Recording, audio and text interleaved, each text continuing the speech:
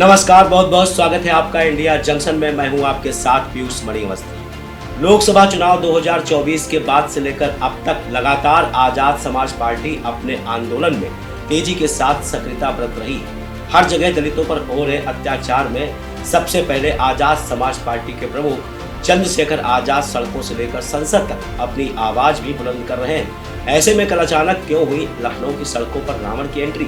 दशहरे से पहले होली में रावण की अचानक एंट्री ने क्यों हिला दी योगी सरकार?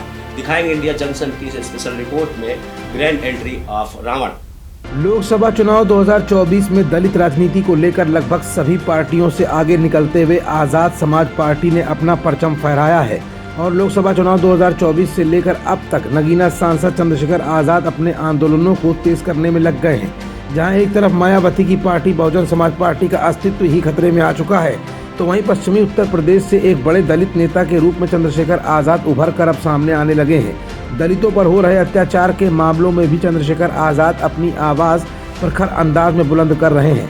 ऐसे में लखनऊ की सड़कों पर चंद्रशेखर आजाद की पूरी फौज ने क्यों योगी की सरकार को ही हिलाकर रख दिया?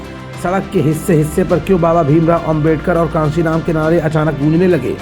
मथुरा में चंद्रशेखर आजाद पर हुए हमले की कहानी एक बार फिर क्यों लखनऊ की सड़कों तक पहुंच गई और विधानसभा की तरफ आगे बढ़ने वाले चंद्रशेखर आजाद के कार्यकर्ताओं को योगी पुलिस ने किस अंदाज में जवाब दिया?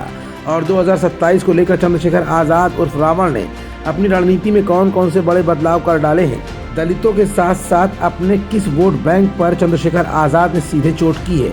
ये कुछ ऐसे सवाल है जिनका जवाब अपनी आज की इस रिपोर्ट में हम आपको दिखाएंगे भी और बताएंगे भी।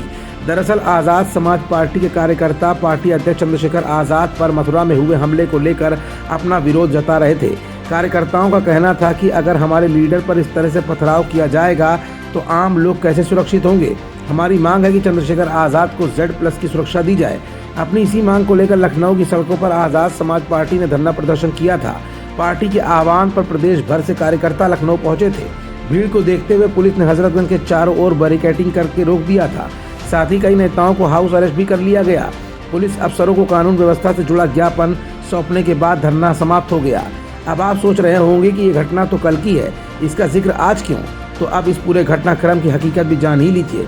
दरअसल इस समय लोकसभा चुनाव 2024 के बाद आने वाले 2027 के लिए चंद्रशेखर आजाद ने दलित वोट बैंक को जुटाने और बहुजन समाज पार्टी की गिरती साख पर आजाद समाज पार्टी की मजबूत नींव को और भी ज्यादा मजबूत करने के लिए अपने कदम आगे बढ़ाने शुरू कर दिए हैं। दलितों पर हो रहे अत्याचार को लेकर आजाद समाज पार्टी के प्रमुख चंद्रशेखर आजाद प्रमुखता से अपनी बात सड़क से लेकर संसद तक उठाने की कोशिश कर रहे हैं। इधर मायावती आकाश आनंद को हटा चुकी हैं, तो वहीं दूसरी तरफ मुद्दों को धार देकर चंद्रशेखर आजाद 2027 विधानसभा चुनाव में मायावती से बड़ी लकीर खींचने की फिराक में हैं और विकल्प के तौर पर दलितों की एक बड़ी पार्टी बनाने के लिए दिन रात मेहनत कर रहे हैं। शायद यही वजह है कि चंद्रशेखर आजाद ने लखनऊ की सड़कों पर भी इन्हीं बातों को दोहराया है। अपने धरना प्रदर्शन के दौरान चंद्रशेखर आजाद ने कहा कि दलित, आदिवासी, पिछड़ों, मुसलमानों, जैन, महिलाओं और किसानों के खिलाफ हिंसाएं हो रही हैं। उनकी आर्थिक, धार्मिक और सामाजिक आज़ादी पर हमला हो रहा है। कल मैं कार से लखनऊ जा रहा था, लेकिन पुलिस ने रोक लिया। प्रदेश भर से लखनऊ जा रहे कार्यकर्ताओं को टोल पर, घरों पर और चौकियों पर डिटेन कर लिया गया। बस और छोटी छोटी गाड़ियों तक को रोक लिया गया। पूरी ताकत को हम लोगों को रोकने में लगा दिया गया। इससे स्पष्ट है कि यूपी की सरकार लोकतांत्रिक व्यवस्था पर भरोसा ही नहीं रखती है। सरकार ने लोकतंत्र का गला घोटने का काम किया है। आज देश भर में हमारा प्रदेश मुख्यालय पर शांतिपूर्ण आंदोलन है। दलितों, आदिवासियों, पिछड़ों, मुसलमानों, जैन, सिख, बौद्ध, ईसाई, हक वंचित समाज, महिलाओं पे, किसानों पे जो हिंसा हो रही है, उनकी सामाजिक, धार्मिक, आर्थिक आज़ादी पे जो हमला हो रहा है, उसी को लेके कल मैं बिहार से लखनऊ जा रहा था।